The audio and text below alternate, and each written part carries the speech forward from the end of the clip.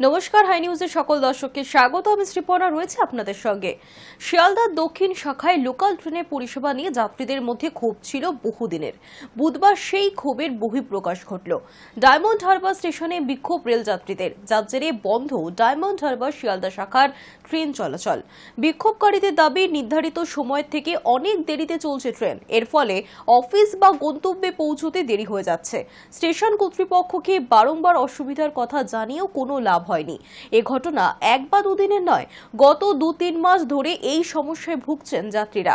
আর এর জেরেই বুধবার সকাল 5:30 থেকে ডায়মন্ড হারবার স্টেশনে অবরোধে সামিল হয়েছিলেন। তবে প্রায় 5 ঘন্টা পর রেল আধিকারিকদের আশ্বাসে অবরোধ তোলেন যাত্রীরা।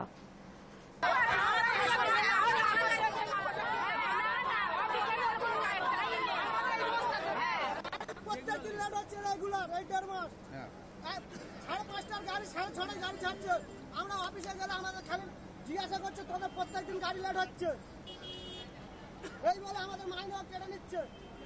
ট্রাভেলটা করছে না, মানে প্রত্যেকদিন 1 ঘন্টা 8 ঘন্টা 15 মিনিট 20 মিনিট লেট হচ্ছে। প্রত্যেকদিন আমাদের কাজে লেট হচ্ছে। আমরা যাইনি, আজকে কেউ জানি না। এই জিনিসটা যদি সমাধান হয়, ট্রেনটা যদি ঠিক টাইমে ছাড়ে, তাহলে কালকে থেকে আমরা নালে কালকে আবার অবরোধ করবো। আমরা কালকে অবরোধ করবো, কিন্তু আজকের 12 অবধি অবরোধ আমরা যাইনি, কাউকে যেতে দেবো না। কারণটা আমরা ঠিক টাইমে পৌঁছাচ্ছি প্রত্যেকটা দিন। 2 মাস আমরা এরকম লেগে যাচ্ছি। এই জিনিসটা প্রত্যেকদিন আমাদের সঙ্গে হচ্ছে। প্রত্যেকটা দিন 2 মাস ধরে আমরা এরকম লেগে যাচ্ছি। প্রত্যেকদিন আমাদেরকে পরিষেবা দিতে হচ্ছে। কেরলের ওয়েনারে ভূমিধসের ঘটনায় মৃতের সংখ্যা 150 ছাড়িয়ে গিয়েছে। উদ্ধার কাজ এখনো চলছে। কতজন আটকে রয়েছেন, কতজন নিখোঁজ তা স্পষ্ট নয়। তবে তার মধ্যে আরও ভারী বৃষ্টির সতর্কতা জারি করেছে মৌসুম ভবন। স্থানীয় প্রশাসন সূত্রে খবর, ওয়েনারের মেপ্পারি এলাকায় ধ্বংসস্তূপের নিচ থেকে বুধবার সকাল পর্যন্ত 151 জনের দেহ উদ্ধার করা সম্ভব হয়েছে।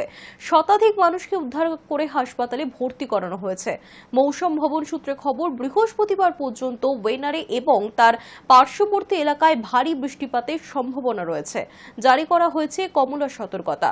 দুর্যোগ এবং ভারী বৃষ্টির সতর্কতার কারণে কেরলের বিভিন্ন জেলায় বুধবার বন্ধ থাকছে সমস্ত স্কুল কলেজ। পরিস্থিতি স্বাভাবিক না হলে বৃহস্পতিবারও শিক্ষা প্রতিষ্ঠান বন্ধ থাকতে পারে, এমনটাই সরকারি সূত্রে খবর।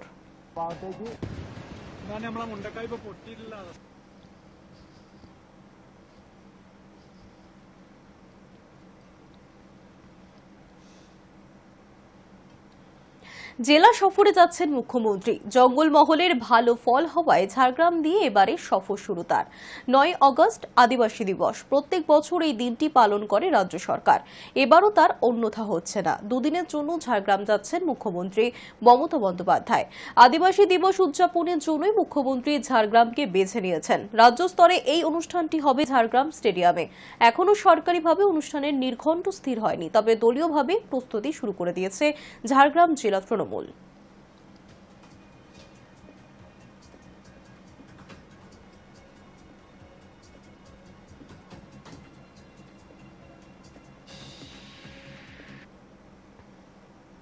রাতে শহরে ফের বেপরোয়া গতি। 18 বছরের 2 তরুণের মৃত্যু হল দুর্ঘটনায়। ঘটনাস্থল নরেন্দ্রপুরের কালীবাজার। নিয়ন্ত্রণ হারিয়ে রাস্তার ধারে মন্দিরের দেওয়ালে ধাক্কা মেরে বাইক ছিটকে পড়েন কলেজের প্রথম বর্ষের পড়ুয়া 2 বন্ধু।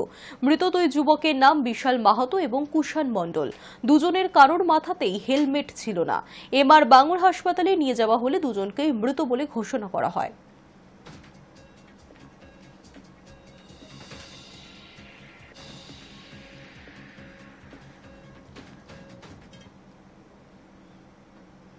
অজ্ঞাত পরিচয় দেহের শনাক্তকরণে রাজ্যে এবার চালু হলো অস্বাভাবিক মৃত্যু অ্যাপ। যে অ্যাপের মাধ্যমে সহজেই হয়ে যাবে সমস্যার সমাধান।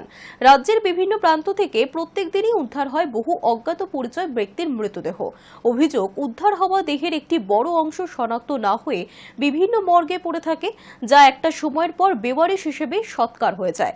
ওই অজ্ঞাত পরিচয় দেহের শনাক্তকরণের গতি আনতে রাজ্য পুলিশ এবার চালু করল অস্বাভাবিক মৃত্যু অ্যাপ। কারোর অস্বাভাবিক মৃত্যু হলে তার ছবি সহ বিস্তারিত তথ্য আপলোড করতে হবে ওই অ্যাপে, যা দেখে নিখোঁজ ব্যক্তির পরিবার বা পুলিশ তা শনাক্ত করতে পারবে। সিআইডির তত্ত্বাবধানে ওই অ্যাপটি তৈরি হয়েছে।